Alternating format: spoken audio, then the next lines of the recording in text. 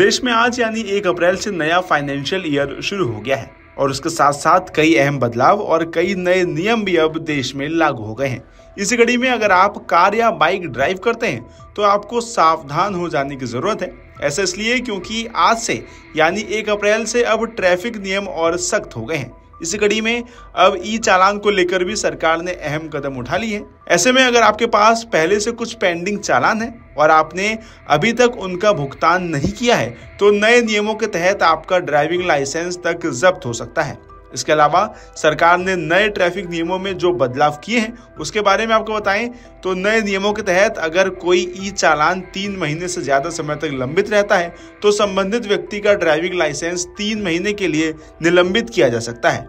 इसके अलावा अगर किसी ने एक ही फाइनेंशियल ईयर में 3 बार रेड लाइट तोड़ी या लापरवाही से गाड़ी चलाई तो उसका लाइसेंस भी 3 महीने के लिए सस्पेंड किया जा सकता है। इसके अलावा सरकार की योजना है कि जिन लोगों के पिछले साल के कम से कम 2 चालान पेंडिंग हैं उनकी गाड़ी का इंश्योरेंस भी महंगा हो सकता है। मतलब अगर आपने समय पर चालान नहीं भरा तो आगे गाड़ी का इंश्योरेंस करवाने पर ज्यादा पैसे आपको खर्च करने पड़ सकते हैं।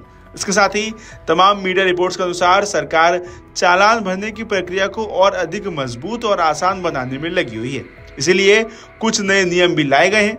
इसी कड़ी में दावा किया जा रहा है कि अब चालान कटने के 3 दिनों के अंदर आपको नोटिस मिलेगा। नोटिस मिलने के बाद 30 दिनों के अंदर ही आपको चालान भरना होगा या आप शिकायत दर्ज कर सकते हैं। लेकिन अगर 30 दिन तक आपने कोई प्रतिक्रिया नहीं दी तो ये मान लिया जाएगा कि गलती आपकी ही है।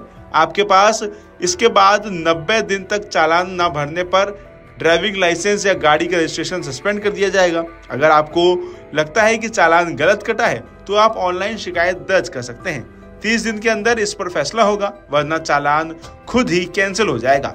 इसके साथ ही नए नियमों के अनुसार अगर किसी वाहन मालिक के पिछले फाइनेंशियल ईयर में 2 से ज्यादा चालान है तो सरकार उसके लिए इंश्योरेंस प्रीमियम बढ़ाने पर भी विचार कर रही है। इसका मतलब है कि आपके चालान अगर पेंडिंग है तो आपको वाहन का बीमा महंगे दामों पर करवाना पड़ सकता है। इसके अलावा अक्सर लोग अपना नया पता या मोबाइल नंबर अपडेट नहीं कराते, जिससे ट्रैफिक चालान की सूचना उन तक नहीं पहुंच पाती है। वहीं इसके साथ ही इस समस्या को हल करने के लिए सरकार वाहन मालिकों को 3 महीने का समय देने जा रही है ताकि वे अपना सही मोबाइल नंबर और पता अपडेट कर सके।